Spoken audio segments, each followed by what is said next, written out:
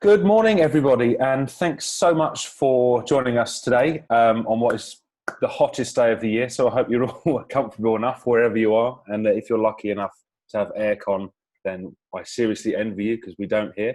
My name is Joe. I'm the MD of a company called Big Orange Media, a marketing agency. I'm also one of the founding members of Honeycomb Business.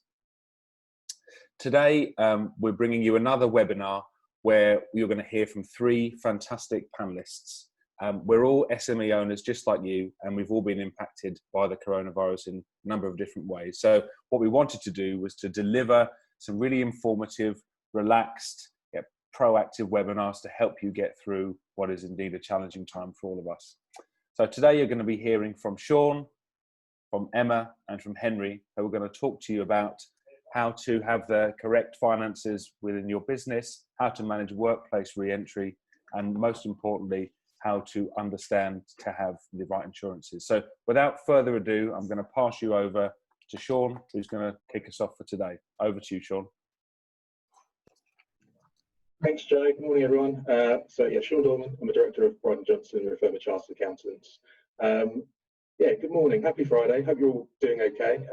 And as Joe said, I think we need to get ready for some sunshine today. So I hope you're sheltered somewhere nice and cool and chilled. But this morning I'm going to try and present some steps that I believe can help you navigate the challenging environment we find ourselves in today, but also help you make some informed business decisions going forwards.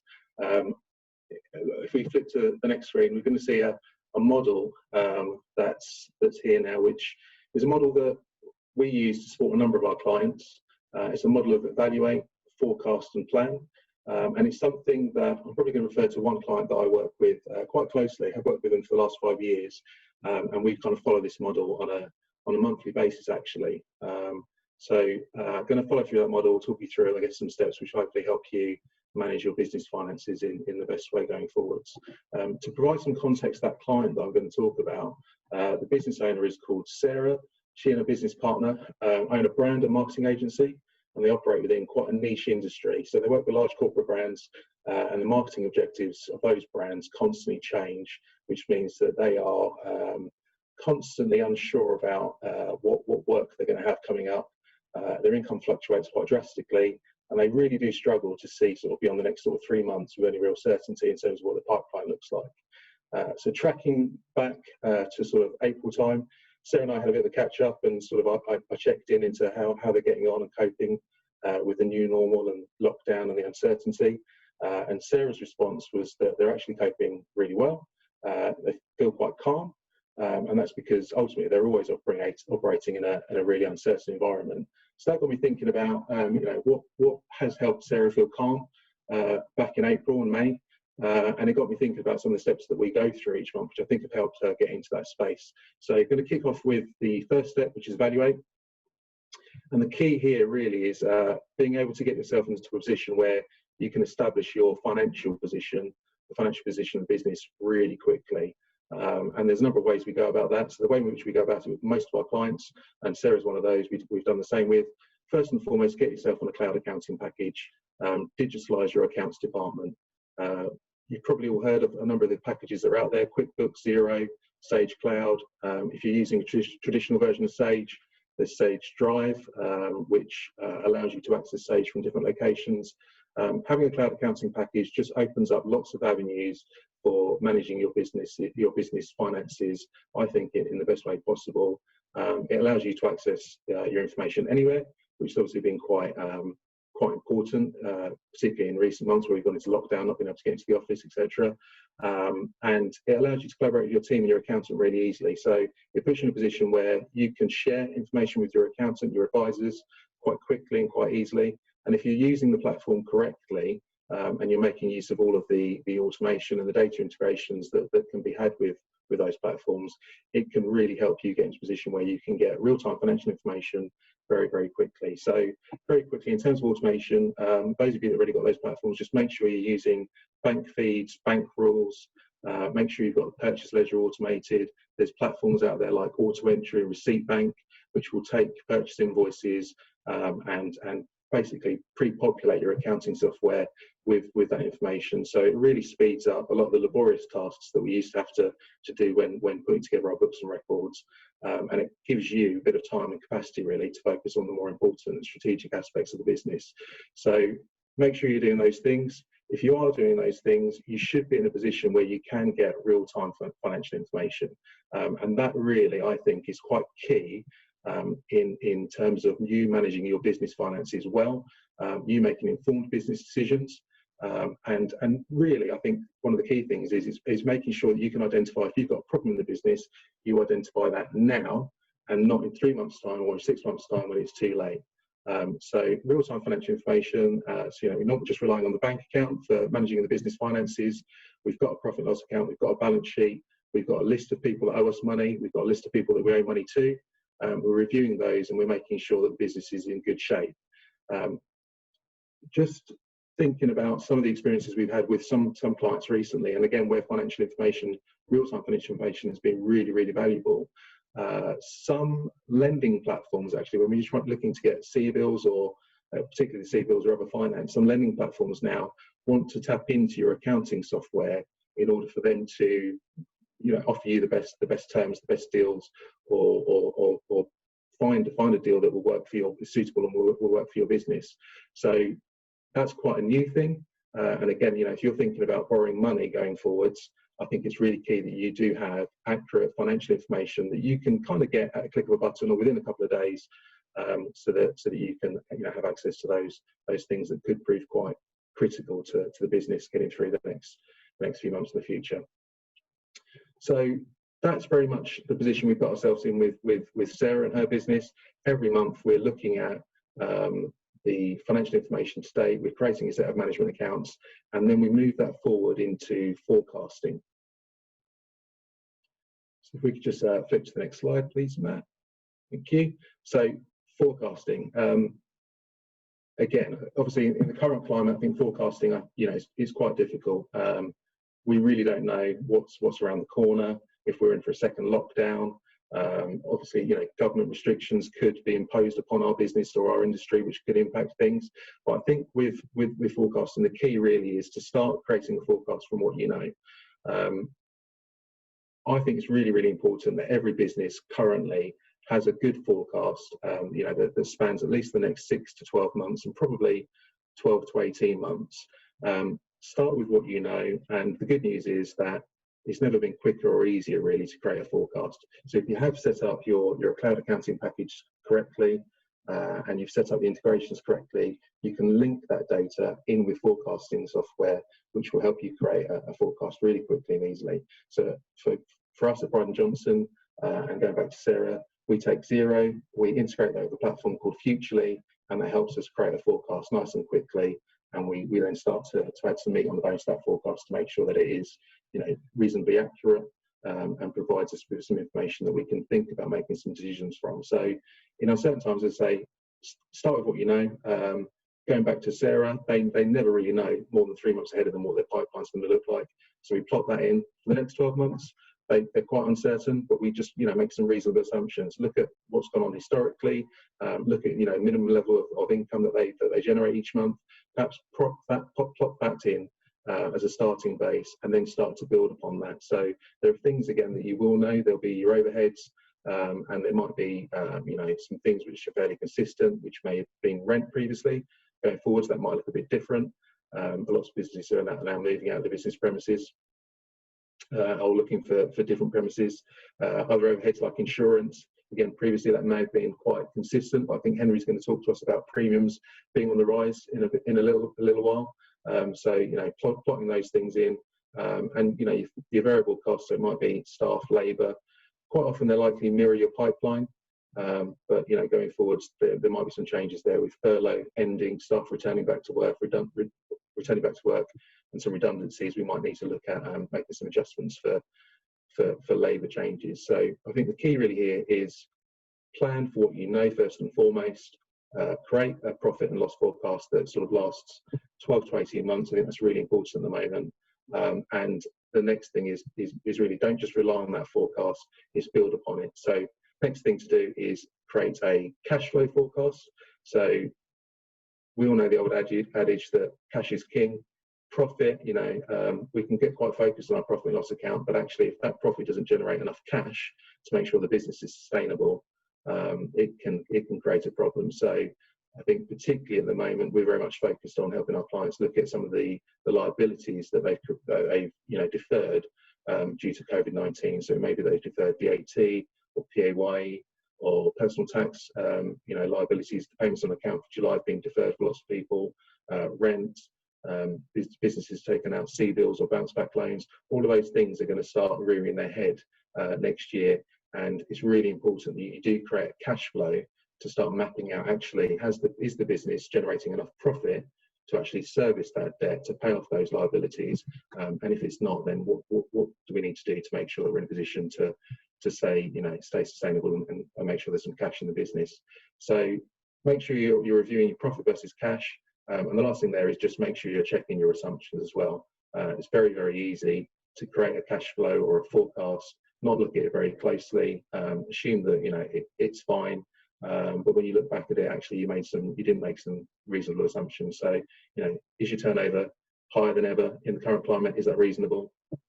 Do your margins look accurate? Are they high? Are they low? Are they in line with what you usually achieve? Just make sure that things do look sensible there. And then the next step that we take it from there is very much into planning and scenario planning. So I think if we could just skip forward, thanks, Matt. I think we've got a little screen here which just shows kind of what a forecast looks like, and then the next slide here we're on to scenario planning. So going back to the client I mentioned earlier, Sarah, one of the reasons I think that she felt quite calm back in April and May was that they'd actually had quite a tough 12 months trading. And because of the way we work with them, because we're constantly doing management accounts, because we're constantly putting together a forecast and reviewing that forecast, and because we've done some scenario planning, when we got to April this year, we actually, we reached a point of, okay, so it's been a tough 12 months trading for various reasons, Brexit, customers, etc. COVID-19's here, and things are looking quite bleak. So we had a number of plans, and we created a number of scenario plans, which we then looked at and were able to actually implement some of those strategies, some of those plans, to actually put the business in reasonable shape, and ultimately keep Sarah fairly calm and confident that the business was still going to be in good shape going forwards. So scenario planning is absolutely key. Once you've got your forecast, create a number of scenario plans. So typically I'd say a minimum of 3, maybe a maximum of 5, probably not worth going more than that. I think if you create too many, it can become too difficult to manage those different scenarios. But create a number of scenarios, and plan for the what ifs. So what if one of your major clients is struggling at the moment? What if they go into liquidation or administration? What if they disappear? What impact does that have on the business? What impact does that have on sales? What impact therefore does that have on profitability, cash flow, etc. If you have lots of pressure on sales at the moment, lots of your clients might be asking for reductions in pricing. How much of that can you weather? Plot together, like I say, a number of scenarios, and then start to think about, okay, so if these scenarios come into fruition, what can you do to reduce the impact those scenarios have? What plans can you implement going forwards to make sure the business is still in really good shape should some of these things happen? And I've mentioned a couple of threats there in terms of customers going into liquidation or administration, or sales being put under pressure. Again, I think I mentioned earlier, second wave lockdown, government restrictions to your industry. All of these things I think we need to be planning for over the next 6 to 12 months, because it's likely that some of those might impact your business. Don't just focus on threats to the business. I think for lots of businesses at the moment, there are some opportunities as well. I know I'm working closely with a cleaning distribution business who actually they've generated as much turnover in 4 months as they usually do in a year. So they've actually been having a good time, but a challenging time during this period. But it's generated a lot of cash in the business, and it's given them some opportunities to look at doing things a bit differently. So for them, it's actually looking at the cash that's been generated. Could there be an acquisition on the cards going forwards? There are lots of businesses struggling out there. Some businesses may go under. going forwards? Are there some opportunities for you to take on some of that business, take on the whole business, absorb some of the staff, the talent that's out there? So I think, it's important not just to think about threats at the moment, but also to think about some of the opportunities that are out there, which again can really help you take your business forwards. And the last thing on the list here is very much a dashboard to monitor your performance. So you've got your real-time financial information, you've got your forecast, and you've got your scenario plans. Once you've got all of that stuff there, you can implement a dashboard. Again, the software that we're talking about, Futurely, Fathom, etc. You can create a dashboard, and you can use that to monitor what's going on in the business month on month. So dashboard will have your key performance indicators will be readily available to you. You can create trigger points in the business so that if you do run into problems, you know about it, you know that you've got some plans to deal with those problems, and you can start to implement those. So to summarise, I'd say, don't rely solely on your bank balance to navigate these uncertain periods. Give yourself the best shot to survive and perhaps even thrive in this environment. Establish your real-time information, equip yourself with a dashboard that monitors your performance, and have plans that you're ready to implement if certain threats or opportunities present themselves.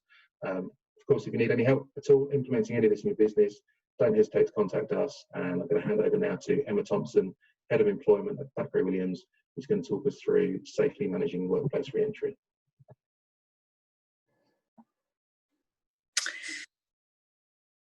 Thank you, Sean. Good morning, my name's Emma Thompson and I head up the employment team at Thackeray Williams LLP. As Sean's just said, I'm speaking this morning about successfully managing your workforce as lockdown eases, dealing with the kind of ever-changing government guidance. So what we're going to look at firstly this morning is what is the current guidance and how is this changing and how do you need to implement it? Managing workplace re-entry, so some of the health and safety considerations that you need to be thinking about. And I've put together a list of frequently asked questions. So I've spoken to some of my colleagues in the team, and together we've kind of pulled together the questions we're being asked most as employment lawyers at the moment. So hopefully we can cover any questions you've got. But if you have got anything at the end of this presentation, then please do ask. So let's move firstly on to the current government guidelines. On the 17th of July, Boris Johnson has been quoted as saying, instead of the government telling people to work from home, we're going to give employers more discretion and ask them to make decisions about how their employees can work safely, which is a departure from what was previously the position that if you can work from home, you should continue to do so. So what does this mean for employers? That my phone was sort of ringing off the hook when this happened, because employers were immediately panicking about how they needed to get people back into the workplace. So the first point to make is that this doesn't mean you need to get all of your office back into your workspace. As an employer, you now have discretion to consider how you can work with getting people back into the office safely. Prior to this government announcement, we were encouraging all of our clients to apply a three-stage test. So the first question was, is it essential? Do you need your employees back in the workplace, or can they effectively undertake their work from home? If they couldn't effectively undertake their work from home, then you have things like the government furlough scheme or job retention scheme that you could consider placing them on. Well, obviously, is it essential? This first test, this is what's really fallen away, because the government's saying it doesn't have to be essential for those individuals to be back in the workplace and that you can apply discretion. With all government guidance, we need to consider that they're trying to keep the economy moving, which in turn supports our businesses.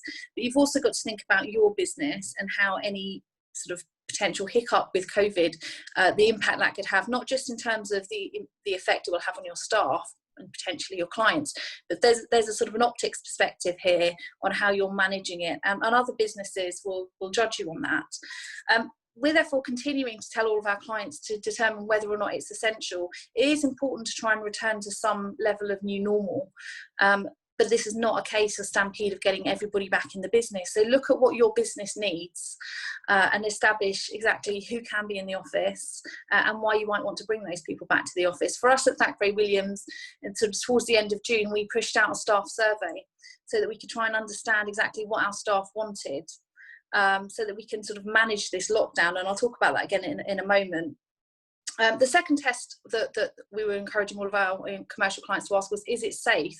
You know, there is absolutely no point bringing employees back into the workplace if it isn't safe.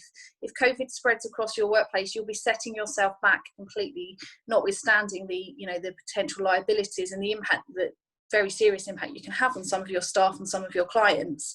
So we're going to talk about the health and safety considerations in a moment, but you need to be thinking about how you can, you know, affect social distancing in the workplace, configuring your workspaces. Do you need to reduce people's hours, stagger start times, break times? How are you going to clean your communal areas, your sort of lavatories, facilities, kitchen facilities? Are you going to be putting testing in place?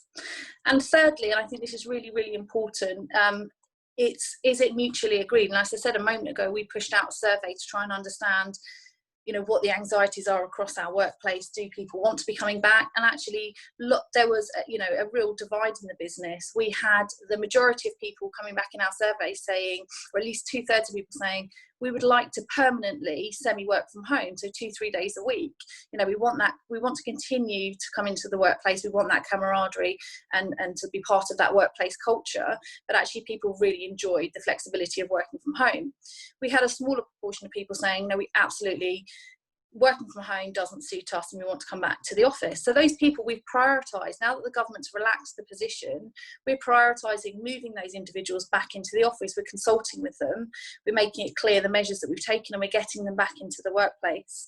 And there's some people that have real anxiety, and it's not necessarily just the people that have got childcare responsibilities or health concerns. Some people have genuine anxieties about returning to work. So we're making sure that everybody's really, really comfortable with the steps that we're taking as a business. All the while you're consulting with your employees, you're keeping them engaged and you're keeping them part of the process. Whilst some of my clients have said to me they just don't have time to engage, you shouldn't underestimate the importance of keeping all of your employees on board, because failure to do so can create grievances, larger headaches, and people just are, if they're forced to return to work, they'll return but not necessarily be particularly engaged. So off the back of the government guidance, what are the options available to you as a business? So the options are, you can create a partial return, which is essentially what my business is doing. So we've worked out who wants to come back. We've already got the essential people in the business. Those essential people carried on working in the business in our offices right the way throughout lockdown. And we're now seeing a sort of an easing of that, and we're moving people back slowly, and we're considering various safety measures before doing so. So what we've essentially done is delegated the decision to our employees and worked with them in consultation. You could fully reopen, on the back of the government's guidance, you could fully reopen your office space and get people back into the office. You do need to consider what measures you've got in place and how safely this can be done. My sort of clear advice to all of my commercial clients is to ease lockdown gradually, but you know, if you feel that you've got the right office space and the office can be set up safely, you could bring all of your employees back, ensuring that they are happy with that and they've been fully communicated in terms of the measures you've taken to keep them safe. I've heard of other employees that have got no intention of this year, and that's certainly the position with a lot of the city businesses, with their clients and their staff having to commute into work. They've got no intention of expecting employees to be back in the workplace. That's absolutely fine, of course, if working from home is effective, but don't forget the furlough scheme is ending, or was due to end at the end of October, so that might not be possible for all businesses, and actually graduating a return to the workforce will help us move the economy. And so it might be that your business is functioning well at home, but actually we need the entire economy to start functioning well. So kind of graduating people back is a sensible move. But you know, the key message from this is make sure you consult with your employees and stay engaged. A very, very quick word on quarantine, because I wasn't due to speak about this, but actually I seem to be talking about nothing else with my commercial clients this week. Lots of people are jetting off outside of the UK. I know some people on this call are. So what does that mean? Can you expect your employees to cancel their holidays abroad? Again, communicate what your business policy is. You can't tell an employee that they can't go abroad, or in fact you could, but you'll be very, very unpopular. You could arguably ask an employee to cancel their holiday by giving them the same period of notice to cancellation, but again, you would be an incredibly unpopular employer if those are the steps you took. What I'm saying to all my clients is it's really important, again, that you communicate what your company policy is in terms of quarantine. The government's guidance on this literally changes from day to day, and we're seeing it constantly in the press. But unless you're travelling to one of the travel corridor or air bridge countries, you are expected to quarantine for 14 days upon return. Us as a business, we expect all of our staff, regardless of where you've been abroad, not to come back into our workplace for 14 days. That's a measure that we're taking because we think it's really, really important that we ensure that anybody that's been travelling outside of, you know, the UK quarantines, but that's just a measure that we're taking as a business. That's certainly not something you need to do, but you do need to keep on top of the government guidance. And again, I say make sure you're communicating whatever your policies are. So if you're going to impose additional quarantine measures for those travelling to the country, to those countries, make sure they understand that before they go on leave. Again, us as a business, we're effectively working from home, so it's not difficult to say to people you need to remain working from home for those 14 days and you cannot come into the office. But if your employees can't effectively work from home, what is your position? Are you saying you're not going to be paying them for those 14 days? Is it going to be unpaid leave? Are you going to put them on sort of sick pay? Are you going to encourage them to take more annual leave, so flex your annual leave policies? Or are you going to expect them to take a COVID-19 test and return before they can come back? Again, a word of warning with the COVID-19 test, there's lots of sort of differing views on how effective these are, which is why we've taken the view that we don't want to put any of our clients at risk, we don't want to put any of our staff at risk, and therefore if you have travelled abroad, we expect you to continue working from home. But communicate what your position is, because if you don't do so, those employees will come back. If they're not clear on what they should be doing prior to going away, then you're likely to receive grievances. And just a word of warning for those businesses who have employees that are required to travel abroad as part of their job. If they've travelled abroad as part of their job, it would be incredibly mean to make them quarantine without pay when they return. In those circumstances, it could give rise to a potential constructive dismissal claim. They could resign. So just apply real common sense. I always say to my clients, employment law is generally common sense. If it doesn't sound right, don't do it. So moving quickly on to health and safety considerations, employers do need to be aware that they've got both statutory and common law obligations in relation to health and safety. Again, it's really, really common sense, but as an employer, you have an obligation to provide a healthy and safe working environment, which is, you know, till this pandemic was pretty straightforward. There was lots of obvious things you could do to keep your workplace safe, but now, because of the pandemic and because of its visibility, it's so much harder to manage it. But the government's pushed out really, really clear guidance. I encourage all of my clients to look at the HSE and the BEIS websites, because they've got really good guidance in terms of what workplace measures you should be taking and putting in place.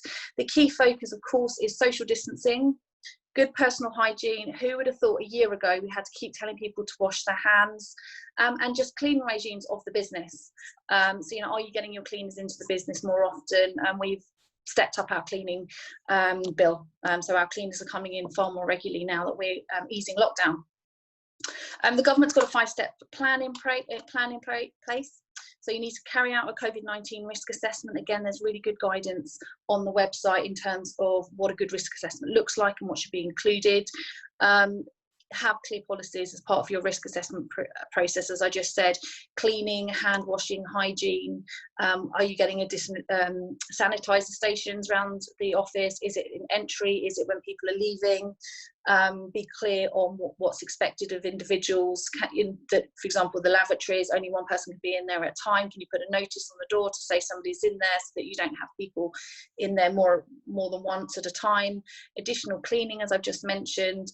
And the actual social distancing measures are being relaxed. So I think Boris said on the 17th of July that probably by the end of the year there would be no such thing as social distancing anymore, but we've already seen movement backwards since that. So, you know, where possible, make sure that you've got social distancing in place. So move apart your desks, your workstations, and if people can't be 2 meters apart, then you need to manage the transition of any risk in terms of the virus. On the slide here, we've got some things that you need to consider when putting in place your risk assessment. I'm saying to all of my commercial clients, write down your risk assessment. There is a relaxation if you've got less than 5 employees, it doesn't need to be written down. But I say to clients that in the event of a hiccup, in the event of a potential insurance claim, if you haven't got anything written down and the measures you're taking aren't obvious, you're going to be in a really difficult position. So do write everything down. Identify the work situations that might cause the transmission of the virus. So for us, individuals coming into our building will have contact with our receptionists, and as such, we're putting Perspex plastic up to protect our receptionists. Who could be at risk in the business? For us, it's all of our staff that come into contact with clients and one another. So our lawyers that are meeting with clients, our receptionists that are meeting with clients, they will then obviously potentially transmit that risk around the office. So everybody that really is in our office is potentially at risk. You've got to essentially act to remove the risk where possible. So think about how you can do that. I heard about, I spoke to a client yesterday that had taken the day off work to go to Blue Water of all places on his day off. Why would you do that? But anyway, he was saying that actually, whilst it was the first time shopping in 4 months, he hadn't realised or anticipated you can't try any clothes on. That's a measure that's been taken by retail in that, trying the clothes on and staff having to then touch the clothes afterwards could transmit risk. So it's thinking about your business and reducing the risks where possible. Measures being taken by employers, we're hearing about this all the time, requiring face masks to be worn. As of Saturday, so this Saturday in the legal industry, we have to provide face masks to anybody coming into our businesses. So there will be sort of industry specific measures in place, and make sure you're on top of that. Look across to see what the industry is doing. You won't be held negligent if you don't do what everybody else is doing, but only if you can really sort of demonstrate that there was a thought process there as to why you didn't do it.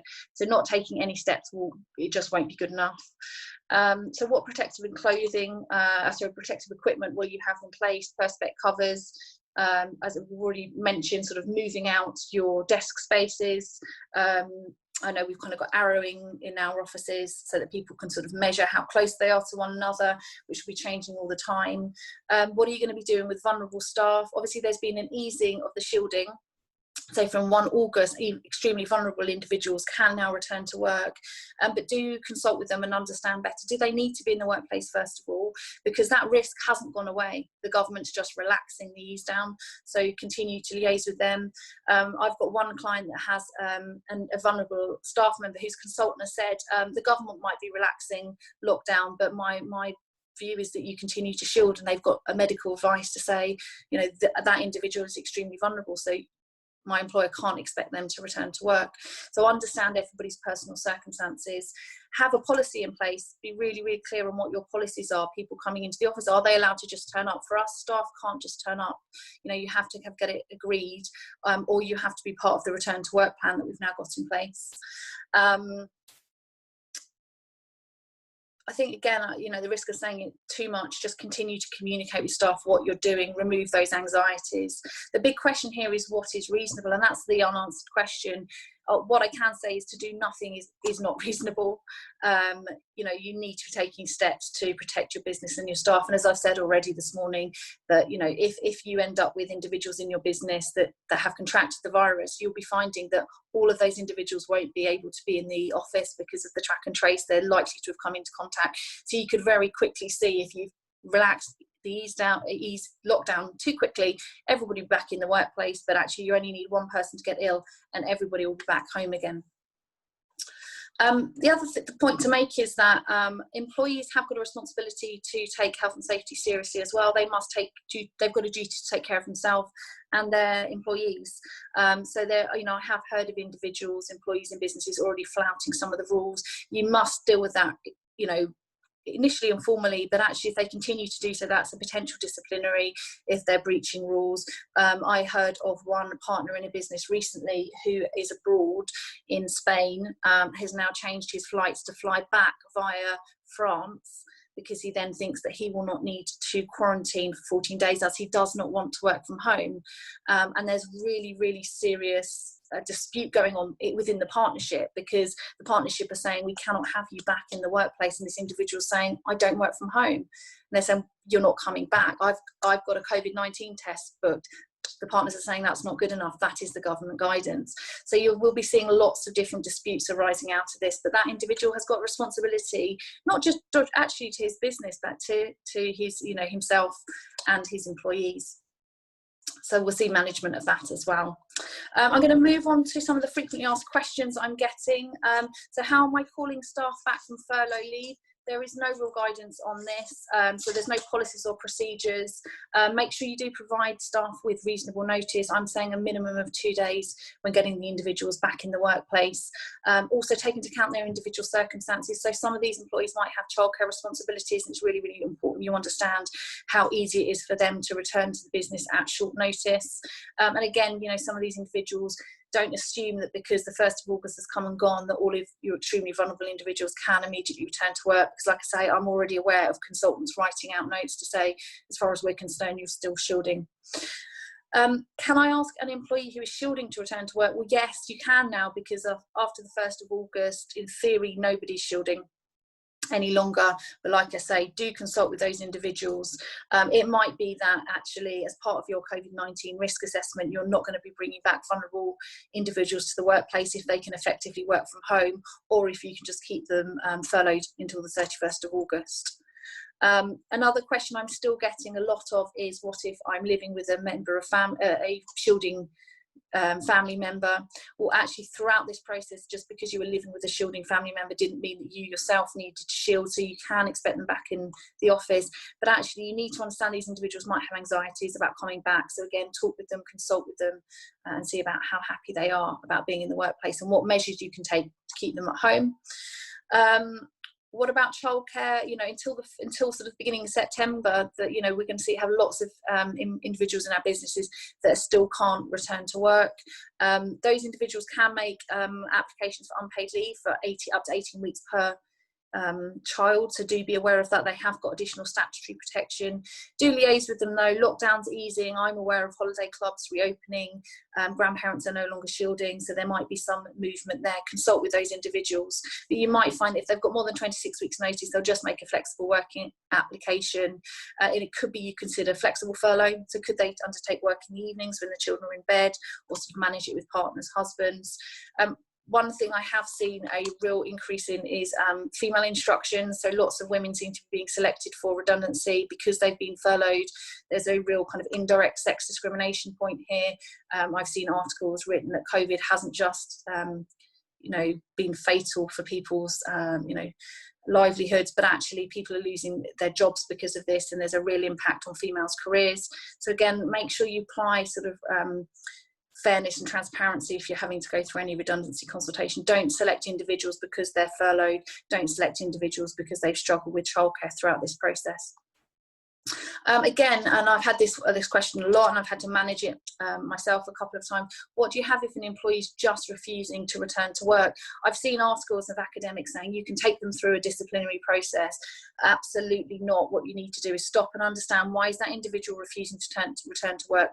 We have all probably met and spoken to individuals that love furlough and are not in a hurry to return to work. But some individuals do have genuine anxieties. Some individuals might not believe that there's appropriate measures in place in their workplace. So understand that. Section 44 of the Employment Rights Act allows an employee to refuse to work if they think there's an imminent risk to their health or any danger. So actually, to move them through a disciplinary process could amount to victimisation and a large either potential whistleblowing claim or automatic unfair dismissal. So do take care with that. And a final couple of questions, obviously quarantine. Do employees have to tell us they're quarantining? Yes, absolutely. But again, put that as part of your policy. Make sure employees know what's expected of them. They do have to quarantine for 14 days if they've been to one of the questions not on the Airbridge list. And again, you might have your own separate policies on that. They need to understand that they have to self-isolate, and a failure to do so could give rise to a criminal offence, and they could be fined £1,000, which is something we had to advise this partner of my commercial client didn't seem to understand the seriousness of it. What do you have to pay a self-isolating individual? Again, this will come down to your policies. Are they self-isolating just because they've travelled abroad? Are they actually self-isolating because they're unwell and they've got COVID symptoms, this might impact your policies in place. Just be really, really clear with your employees what you're doing and what you're going to be paying them. The government haven't currently legislated on whether or not those self-isolating are entitled to statutory sick pay. Anyone that's quarantining in my business because of the track and trace, we're paying full pay for 14 days. You know, it's outside of your control who you come into contact with, and therefore we're supporting those individuals. We don't want people coming into the business if they can't work from home. Anybody that's been abroad or chosen to go on holiday, we're taking a slightly different approach actually. We're saying that we'll pay you statutory sick pay, so up to that level, not necessarily that we can reclaim it from the government, but that's what we'll pay you so that you've got some income rather than not paying you at all. But again, it'll come down to what your business chooses to do and how kind of engaged you want to make sure those individuals are. Can you tell staff not to go on holiday? I touched on this earlier. You can make yourself really unpopular if you do that. You know, I think the way around this is to be really clear on what your policies are and what's expected of those individuals that are travelling abroad, so that they can actually make their own decisions. Don't forget, some individuals will have booked their foreign holidays way before lockdown, and they could be losing money by not going, and therefore feel that they don't have, you know, they have little choice. I know that I've had partners in my business say, well, if you're going abroad, that's your choice. But actually, if you've already incurred loss of money, you're not going to necessarily get it back. You know, you might find some employees find that their choices are pretty limited. So anyway, that's a real whistle-stop tour. I think I've probably spoken more than enough this morning, but if anyone's got any other questions, then let me know. I'm now going to pass you on to Henry Clark, who's going to talk about protecting your business with the right insurances. Thank you. Good morning, everybody. Henry Clark, Clark Williams Insurance Brokers. I'm going to just touch on 3 topics very briefly this morning. The first one is going to be actually following on from what Emma has said about obviously returning to work, and obviously, you know, what new risk factors are in there and what insurances you can have in place. The second is going to be on hybrid working. Obviously, people coming back to work, it's going to be in a very different way. Businesses are trading in a different manner to where they were originally, and there obviously are different risk factors. And then finally, are we talking about essentially entering a hard market, a phrase that not many people probably has heard of before. So I'll explain really what that is and the impacts that are coming from there. So firstly, obviously, as Emma said, you know, returning to work, there's a lot of considerations to make for your employees. And as you mentioned, obviously, with a director and a sort of coming into place of not following the rules, there's a few things that obviously you need to make sure you're aware of and what coverages you've got. There is a coverage which we're going to be talking about, which is called directors and officers insurance, otherwise known as management liability. Essentially, as a company director, you know, you've got a number of responsibilities that you need to that are on you, which you have to act with care, good faith, within the law, and in the best interests of the company and your employees. Directors and officers coverage essentially covers for any sort of act of negligence as that director. It can also cover a claim against the company itself, and then there's also employment tribunal coverage as well that can be included within there. So obviously, as a director, you could have a claim of a wrongful act against you. What is a wrongful act? Essentially, it's a claim for breach of duty, breach of trust, negligence. Now, this could be a allegation of sort of health and safety. This could be sexual harassment. This could be that you failed to do your job and you've cost the company money, or cost an employee. So essentially, there's various different claims that could come against you or your business. We have seen a huge uptake in clients looking to obtain directors and officers insurance. We've also seen an uptake in claims, unfortunately, against businesses. A lot of them have actually been around about potential breaches of health and safety, where people are returning to work, they're bringing back their staff, and although they may have followed all of the government guidelines, if a member of staff has been made to feel that they are not in a health and in a safe environment, they have then gone, actually, I'm going to make a claim against the company. I don't feel safe. And the directors and officers coverage is there to essentially protect the legal defence costs. There's obviously an extension within there for employment practices. That would obviously cover employment tribunals. As Emma's mentioned, a lot of businesses are reviewing their staffing at the moment. There are people who are being made redundant as well. There are people who are going through that process. People are having to, unfortunately, restructure and change the way their businesses operate. And again, it's opening them up for potential exposure. So this is something that unfortunately insurers are aware of, and we have seen obviously insurers are reviewing their management liability offerings. So either reducing cover, reducing the profile of companies that they take on in terms of sizes, and premiums, unfortunately, are starting to increase as well, because insurers are suddenly looking at this and going, something that until recently, not many businesses were struggling, there weren't that many redundancies. Now, all of a sudden, there's a huge wave of claims coming, and this is going to have an impact upon that business. I would touch on it further, but I mean, I could talk all day about directors and officers coverage on one thing. So if anyone's got any queries or questions on it, then I'm more than happy to have a chat after this call. Second topic that I was going to talk about was hybrid working. It's a phrase that is getting bounced around a lot at the moment. What is it? Essentially, there's this new way of working where some people, as Emma's also mentioned, you've got people who are working 1 or 2 days a week from home, the remainder of the time in the office. There is this new working pattern where people are, office-based businesses. We're seeing a huge shift in our clients as well, who are now going, actually, do we need an office? Can we work from home permanently? But obviously you have to think about, that's great. You can take into account, the employment practices side. You can take into account, okay, does this work? Am I compliant with health and safety?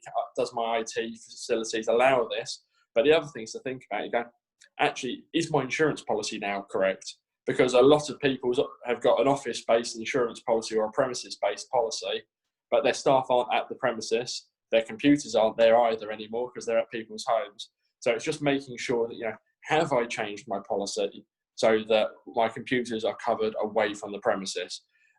It's a relatively simple sort of extension of cover, but it's one that obviously if you don't do it, your computers and bits are only covered while they're at your premises. So with people remote working, just make sure that the policy's actually got an extension to have those away from the policy, away from the premises. Again, there's other things to think about as well. If you've got staff who are now working from home, while your premises might be like Fort Knox and you've got firewall protection and everything else in place, your employees might not have that level of protection. They are on a home Wi-Fi system that is not meant for business use. So there is a potential exposure for cyber liability there. Again, as part of your risk review, you should be thinking about these things, and obviously making sure that you've now got an appropriate policy in place. If you're unsure, we're more than happy to have a chat with you, or alternatively, Leon at Synergy, who's another Honeycomb partner, can talk to you actually about the IT security side of things as well. So that's very quickly just sort of looking at those aspects. I know we're sort of running short on time a little bit this morning, so I'll just move very quickly on into entering a hard insurance market. Essentially, at the moment, it's what I would like to call a perfect storm in terms of the insurance world. There are a number of factors that have been occurring over the last couple of years that are all culminating this year in essentially the market hardening. What does that mean? Essentially, we are currently, or have been, in what was called a soft market. Very easy to obtain insurance. There's more products out there than there is customers. Premiums are therefore a lot lower than they probably should be. And it has been this way for a number of years. Realistically, we had a hard market in the early 80s. Around early 2000s, it hardened again. And over the last 20 years, it has shifted and softened. In the last, say, 5 years, we are seeing a slow sort of uptake in premiums increasing. But I believe now is, from 2020 into 2021, we are going to see the market harden significantly. This is going to mean that there's going to be a reduction in capacity, and due to that, there's going to be increased workloads for those who are still remaining in the market. This means that premiums are going to increase and turnaround times are going to increase as well for those products that are not traded, via an online system. The vast majority of larger corporate clients don't fit onto, online quote engines or compare the market or anything like that. They are a lot more complex. Their businesses therefore need to have a manual underwriter. But if the market is going to reduce, as we've seen previously, from say, 500 insurers down to 300, then suddenly the workload that all of those other insurers would have been handling is now going to fall on the remaining ones. Yes, that insurers could take on more underwriters, but still, the workloads they're going to be facing are going to triple, if not quadruple, potentially. and it is going to take a longer time. There have been a number of factors that have affected the insurance industry over the last 10 years, and we are seeing a rise in insurers who are unfortunately collapsing. Over the last 20 years, we've seen a huge number of insurers collapse. Just as a sort of an example list, the slide coming up now is a list of the insurers who have collapsed in the last 20 years. There's an awful lot of them, unfortunately. There's various different reasons behind their collapsing, but I'll run through sort of the three main areas at the moment, which is what's causing this. So essentially, we've had Solvency II, which is an industry-wide sort of factor that came into place in 2016. Essentially, without going to full specifics due to time on this, but insurers have to hold more reserves to ensure that large losses wouldn't collapse them. So they are having to hold larger cash reserves, and that means they have to actually, even though they are generating a large profit, they're having to put a large chunk of that to one side into a claims reserve, so to account for claims coming in. At the moment, obviously, that has caused significant cash flow problems initially in 2016 that led to the collapse of a number of insurers, unfortunately, because they just simply could not meet those requirements. Another thing that came in was the government introduced an Ogden rate change. Most people have probably never heard of this outside of the insurance industry, but essentially in 2017, the government decided that the cost for a claim was not enough for employee injury or public liability claims. So they changed the way the rate works. It's a very small change, but it has a significant impact. So they changed the rate from 2.5% to minus 0.75. What does it actually mean? Essentially, if you were to have a 21-year-old who had a serious brain injury at a 2.5% rate, as it previously was, the insurance policy would have to settle at £9 million or just over, with future losses estimated at about 8.2 million. So that claim is where they would be able to work it out. They apply that rate depending on the person's age, depending on the injury, to calculate what a sort of an adequate claim sum should be. Now, minus 0.75, that same claim would now be settled at 20 million, potentially, with a future loss estimated at 19 million pounds. Now, that's a huge rise in the potential exposure for the insurers. Now, the thing that we have to consider is, are people's insurance policies actually adequate for this as well? Because most people only hold a £10 million employer's liability coverage, and typically maybe £1 or £2 million on public liability.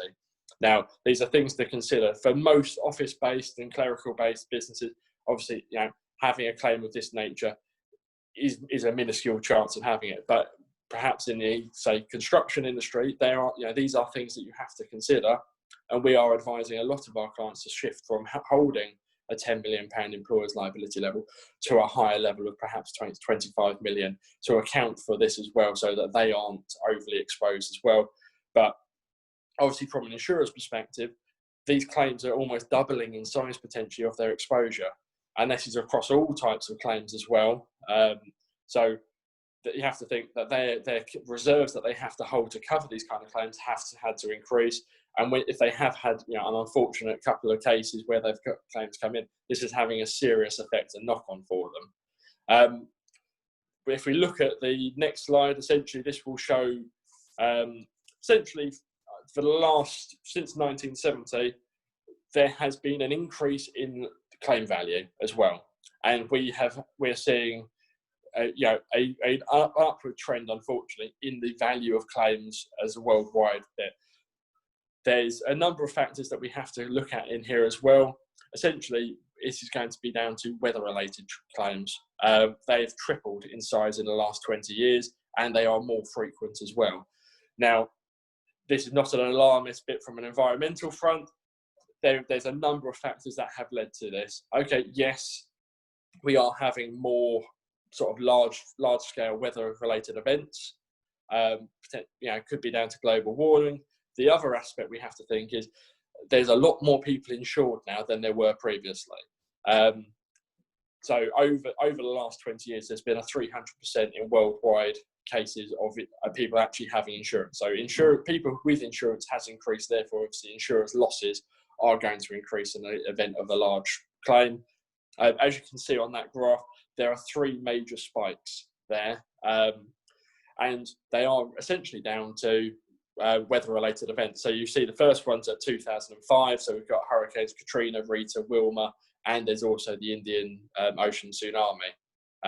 2011, we had the Iceland volcano, fallout from that, Australia bushfires, and the earthquake in Japan as well. 2017, Hurricanes Harvey, Maria, there's flooding across Asia, and then they had California wildfires twice. Unfortunately, they were hit with wildfires in northern and southern California. So they've been large-scale sort of events that have, that are unusual and way over and above the standard level of claims. The average yearly claim is increasing slowly, but as you can see, it's typically around 40 billion as a worldwide level of insurance claims. Obviously, on those years, we're almost hitting 140 odd billion pounds on those 3 events. So there's a number of factors to take into account. Insurers were not necessarily prepared for these events, and therefore that had led to a couple of insurers collapsing.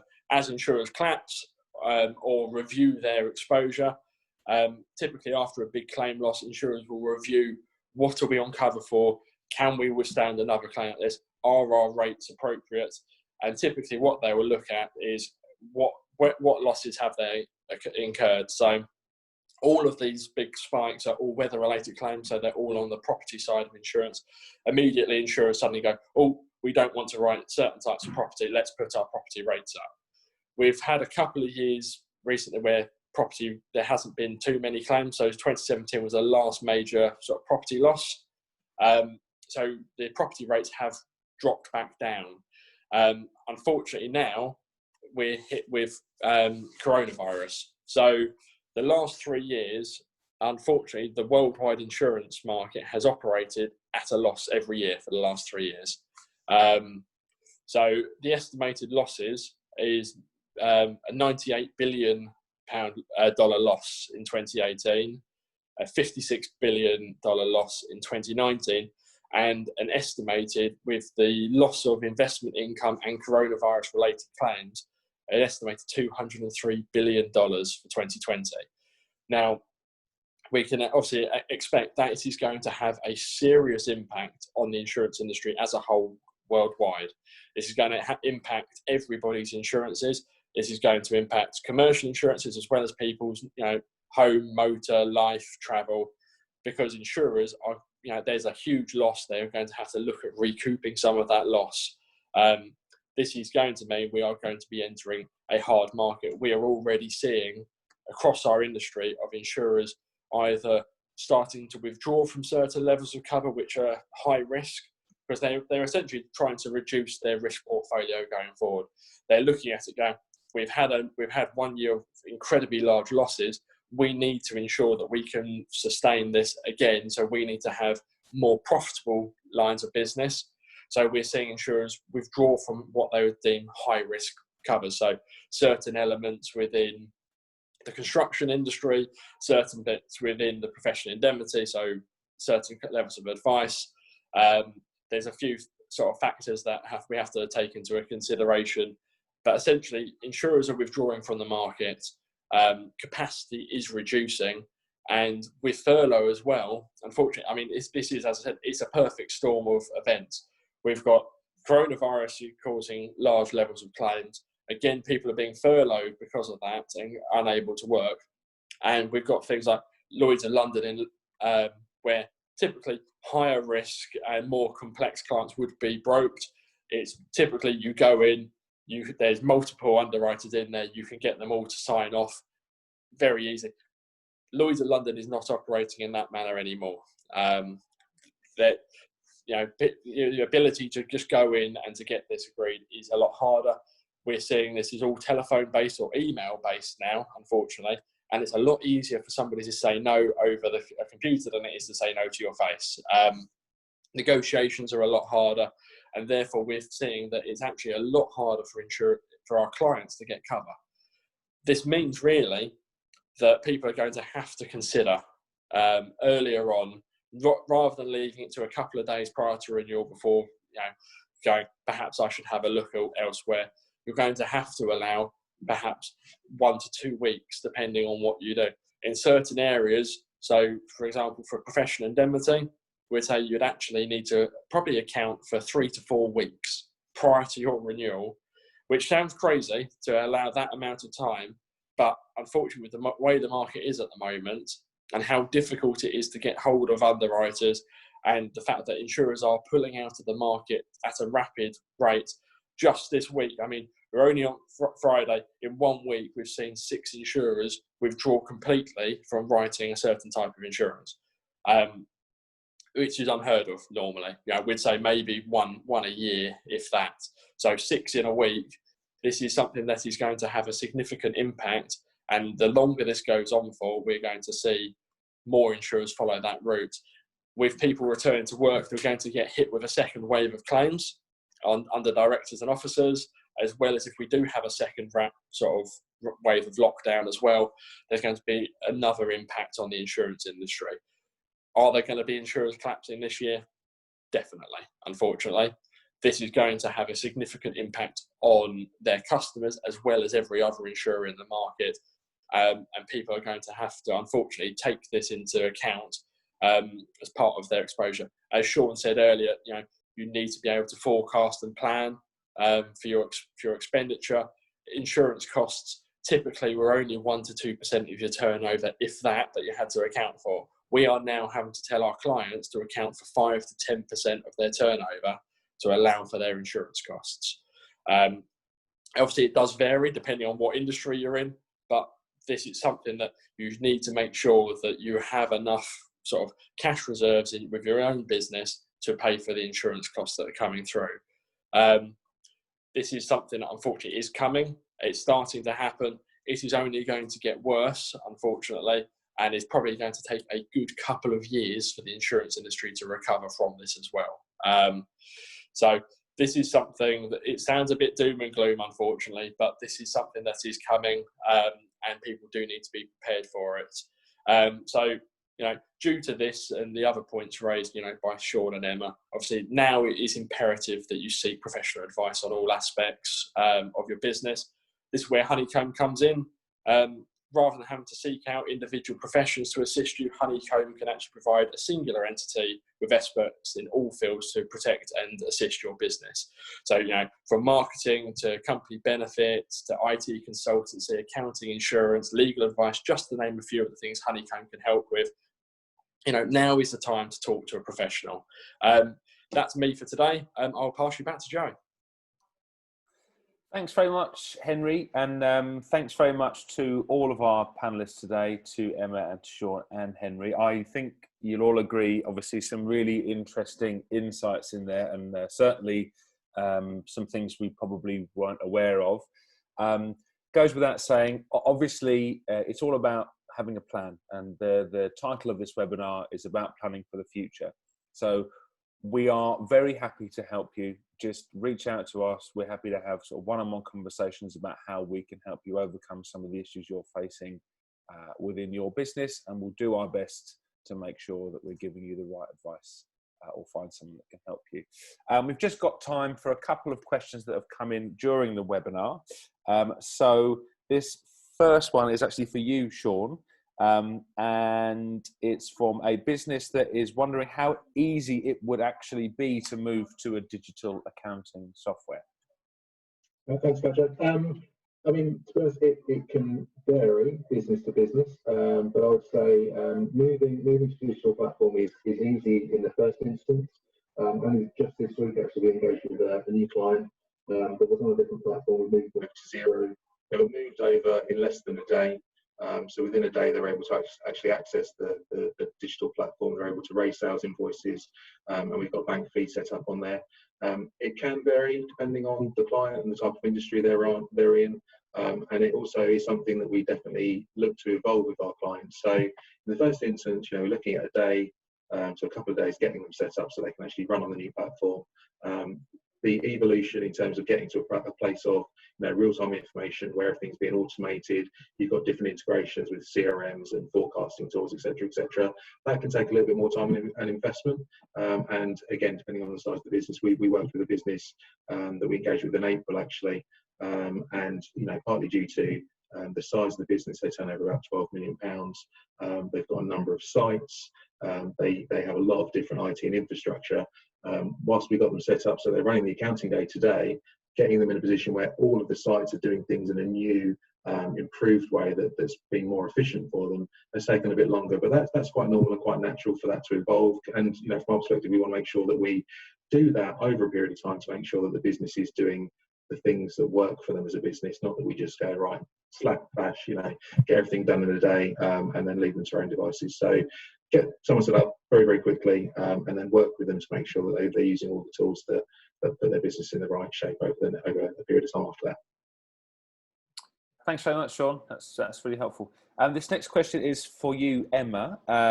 So it's come in via LinkedIn. Basically, companies ask, my employees have been working from home during the lockdown period, and one of them has now requested to work from home on a permanent basis. Do I have to allow this? You don't have to allow it, in short. Subject to how long the employee's been employed, they may well have a statutory right. So if they've been employed for 26 weeks continuous service, they will be entitled to make a flexible working application. You are entitled to make one per year. So if you had an informal request, if this request is coming in and it's informal, you might want to encourage them to make a formal application.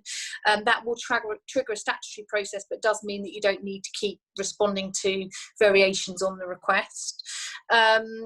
I mean, we've had the case study, haven't we? Lots of us wouldn't have thought we could have mobilised our businesses to essentially work from home, and lots of us have.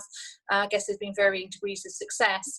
I mean, in short, no, you don't have to agree, but if you're going through the statutory process, you do need to be able to provide a sort of a reason why the employee's request is being rejected. There's 8 statutory reasons, and of course it's going to be more difficult if that individual has been flexibly working at home. I always say to my commercial clients, where possible, try and agree a compromise, and actually don't forget, now more than ever, lots of businesses will be allowing people to work from home. Lots of businesses will be reducing their office space. So if you say no, you might find that you lose that employee, and they'll go and find an employer that will facilitate working from home. So there's kind of broader considerations now that didn't exist. But in short, no, you don't. But yeah, it's a slightly complex process. So if you wanted to chat through, give me a bell. Great, thank you for that, Emma. That's really, really helpful again. And just a final question for you, Henry. So someone has asked, I have professional indemnity insurance which is coming up for renewal. How will the current market position potentially affect that renewal? I mean, that is unfortunately the area at the moment we're seeing that's being hit the hardest by the insurance market starting to harden. To give a rough idea, I mean, I've got a client at the moment who, okay, albeit they are in a very high risk trade, so they're involved in cladding. I've had a quote out in the market for 5 weeks. And still have no insurers who have shown any interest in actually writing it. That is approaching 26 different insurers now who have all said they do not want it. So there's, unfortunately, we're seeing insurers who would previously have written business now declining terms. So it does vary depending on what trade they are in. Higher risk trades are a lot harder to place at the moment, and the rates for them are doubling, if not tripling as well, in some cases. I would say essentially just make sure that you're looking at this and giving it at least a minimum of 3 weeks prior to renewal to have a look. If you're going through an insurance broker at the moment, they should be doing a market review. You can ask them how that is coming, who they've approached so far. Typically, if they've approached less than 5 insurers, unless you're in something specialist, perhaps it would be worthwhile involving another broker. I would not ever involve more than 2 insurance brokers in anything. And actually, if you've got a list of who the other person has approached, share it with the other broker as well, because the worst thing you want to do is have two brokers going to the same insurer, because sometimes, especially in the current market where underwriters are overworked and overloaded, if they start seeing stuff come in multiple times, we are seeing them, rather than them saying yes, they don't know which insurance broker's information is correct, they're making the very easy decision, just go, you know what, it's too much hassle, I don't want it at the moment. It's a very bullish approach from underwriters, and unfortunately is one we're seeing that's on the rise. So at the moment, just make sure that your current broker is doing a proper review on it and allowing enough time, and just expect that unfortunately the prices are probably going to increase. Depending on what you do, they could range from a 5% increase, unfortunately, to 50-60% on certain lines of business. So if you want me to give a bit more information, more than happy to have a chat after this, and you can contact me directly and we can chat it through in detail. Great, thanks so much, Henry. And that actually brings us to the end of our session for today. I hope that you've all found it useful. Watch out for more webinars from Honeycomb Business. We're running one a month now. As you may have seen if you've tuned in some previous webinars with different panelists each time, apart from Emma, who's drawn a short straw each time we've done it, so special thanks to her. If you do have any questions, or you'd like any additional information on any of the topics that we've covered in this webinar, or indeed any of our previous ones, please don't hesitate to get in touch with us. You can find all of our information on our website, which is honeycomb-business.com. Thanks very much. Enjoy your day, enjoy the heat, hopefully no one's melting, and we'll see you again on a webinar very soon.